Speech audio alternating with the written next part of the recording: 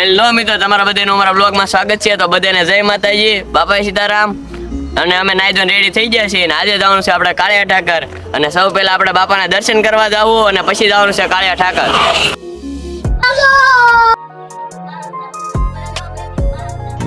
ઘરેથી નીકળીને હવે બાપાના દર્શન કરવા આપણે પહોંચી ગયા છીએ. અમે તો બાપાના દર્શન કરી લીધા છે. તો મિત્રો તમે પણ બાપાના દર્શન કરી લો. બાપાના દર્શન કરીને સાની પ્રસાદી લેવાની હતી, તો આપણે બાપાની સાની પ્રસાદી લઈ લીધી છે. ને હવે જવાના છીએ કાળિયા ઠાકર.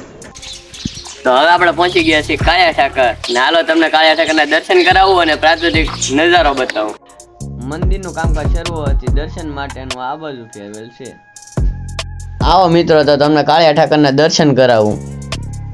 હવે અમે તો કાળિયા ઠાકરના દર્શન કરી લીધા છે. તો મિત્રો તમે પણ કાળિયા ઠાકરના દર્શન કરી લો.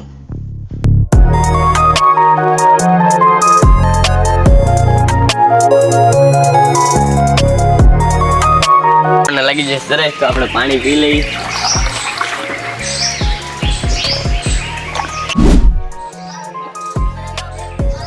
માઇન્ડમાં ફ્રીઝ કરતા પણ ઠંડુ પાણી છે એકદમ, અને મીઠું પાણી છે એકદમ.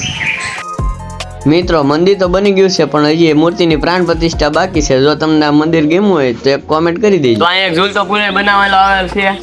તો અહીંયા કોણ કોણ આવી ગયેલું છે કોમેન્ટ કરી દેજો. ને કોઈ કોઈ ઠેકડા મારેલા છે એ કોમેન્ટ કરી દેજો. તો હાલો તમને ઝૂલતો પુલ બતાવું.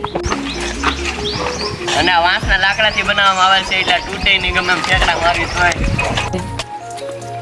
અહીંયા આવો તો થોડુંક સંભાળીને હાલવું, નકર જો આ વાંસ તૂટી ગયેલા છે એમાં પગ દ્યો હોય તો સીધા ઓકળામાં જઈએ કઈ આપણે. આ નીચે જે ઓકળું છે તે ઝૂલતા પુલની શોભા વધારે છે. અને જો અહીંથી આપણે પડ્યા હોય તો મિત્રો તમને ખબર જ છે કે શું થાય. માઉન્ટેન ડ્યુ ડર કે આગે જીત.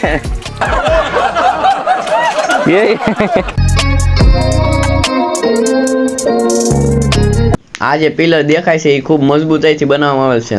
અને જો મંદિર કેટલું સરસ દેખાય છે દૂરથી. આ સ્વિમિંગ પુલ છે. હે ભાઈ, સ્વિમિંગ પુલ નથી, આ ગાયો ને પશુ માટેનો હવેડો છે. આ મંદિર ડુંગરની વચ્ચે આવેલું છે. અને જો તમે બગદાણા કે બાજુ આવો તો આ બાજુ જરૂર આવજો દર્શન કરવા. અને તમે નજારો જોઈ શકો છો એકદમ મસ્ત. અને જો મંદિરની ચારે બાજુ પહાડો છે. અને નજારો એકદમ લીલો. હરિયાળી તમે જોઈ શકો છો મિત્રો. એલા ભાઈ, હરિયાળી નહીં, હરિયાળી જોઈ શકો છો મિત્રો. જોઈને કેમ ભાઈ રોવા મળ્યા? ભાઈ હરિયાળી જોઈને ન રોતો, આંખમાં ઘણું પીડ્યું છે.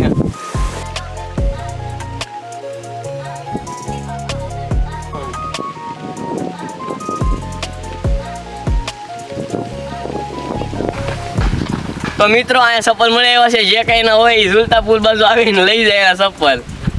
મંદિરની સામે જ એક આંબાવાડી આવેલ છે, અને ત્યાં અવનવા પક્ષીઓનો કિલકિલાટ સાંભળવા મળે છે.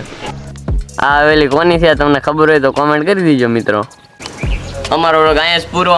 તો તમને અમારો વ્લોગ ગમ્યો હોય તો લાઈક, શેર અને કોમેન્ટ કરી દેજો. અને આવા જ વિડીયો જોવા માટે સબસ્ક્રાઈબ પણ કરી દેજો. હવે મળશું નવા વ્લોગ અને નવી મસ્તી અને મજા સાથે.